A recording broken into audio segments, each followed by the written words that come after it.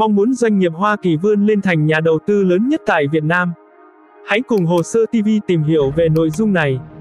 Tổng Bí thư, Chủ tịch nước Tô Lâm mong muốn doanh nghiệp Hoa Kỳ tiếp tục vươn lên để trở thành nhà đầu tư lớn nhất tại Việt Nam, tương xứng với mối quan hệ đối tác chiến lược toàn diện giữa hai nước.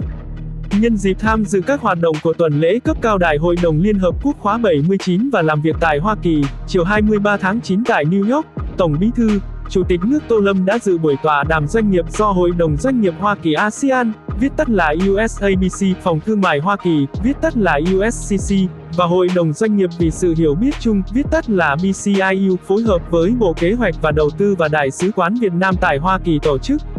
Tại tọa đàm, các doanh nghiệp Hoa Kỳ đánh giá cao chủ trương ưu tiên phát triển kinh tế của người đứng đầu Đảng, Nhà nước Việt Nam, nhất là cam kết về việc tháo gỡ những vướng mắc, rào cản về thể chế, giúp doanh nghiệp khắc phục khó khăn, đẩy mạnh hoạt động sản xuất, kinh doanh.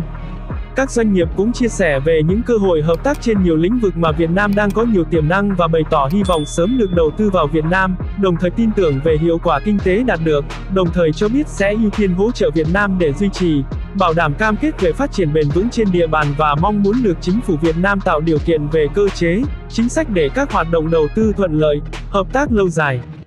Đại diện các doanh nghiệp Hoa Kỳ nhất trí đánh giá cao sự phát triển năng động của nền kinh tế Việt Nam trong những năm qua với nhiều kết quả cụ thể đáng khích lệ, đồng thời chia sẻ tầm nhìn của chính phủ Việt Nam về những định hướng chiến lược hướng tới một kỷ nguyên mới, kỷ nguyên vươn mình của dân tộc như Tổng Bí thư, Chủ tịch nước Tô Lâm đã từng đề cập.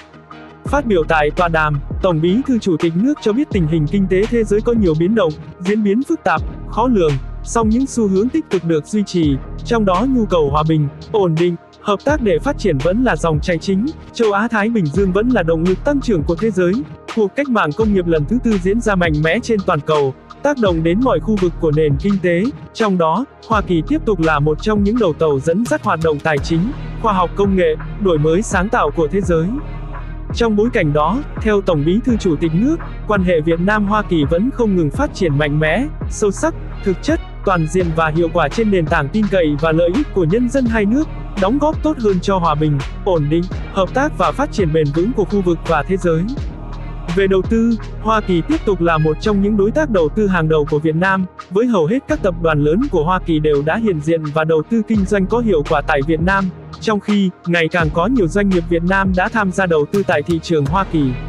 Kim ngạch thương mại song phương năm 2023 đạt hơn 110 tỷ đô la Mỹ, là năm thứ 3 liên tiếp vượt mức 100 tỷ đô la Mỹ, qua đó củng cố vị thế của Hoa Kỳ là thị trường xuất khẩu lớn nhất của Việt Nam.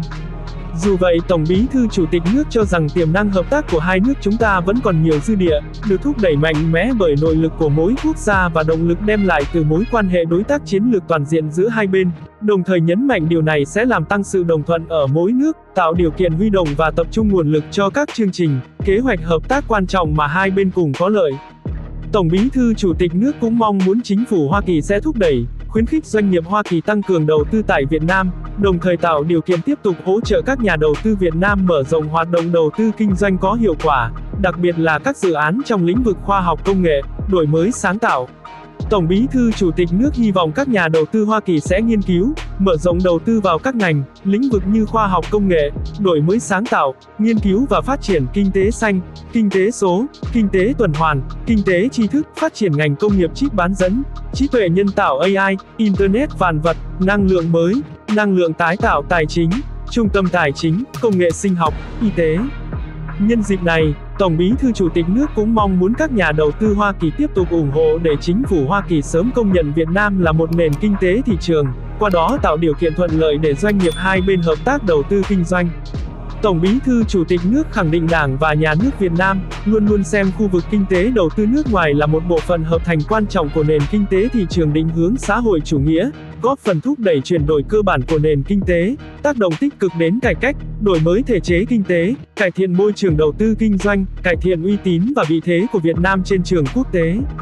Theo đó, luôn dành sự quan tâm đặc biệt và tạo những điều kiện thuận lợi nhất cho cộng đồng doanh nghiệp nói chung và các doanh nghiệp đầu tư nước ngoài hoạt động kinh doanh hiệu quả tại Việt Nam. Với kết quả tích cực đã đạt được trong quan hệ hợp tác kinh tế Việt Nam-Hoa Kỳ trong thời gian qua, Tổng Bí thư Chủ tịch nước bày tỏ hy vọng hai bên sẽ cùng nhau hướng tới kỷ nguyên mới trong quan hệ giữa hai nước, cùng nhau sẽ vượt qua mọi thách thức, tận dụng cơ hội chung tay xây dựng một thế giới phát triển, hòa bình và thịnh vượng. Chiều 23 tháng 9 giờ địa phương, Tổng bí thư Chủ tịch nước Tô Lâm đã tiếp cựu giám đốc điều hành CEO Google Eric Schmidt, cùng một số doanh nghiệp trong lĩnh vực công nghệ, cũng như quỹ đầu tư hàng đầu của Hoa Kỳ và thế giới gồm các tập đoàn Apple, Meta, Supermicro, hai quỹ đầu tư Blackstone, Warburg Pincus.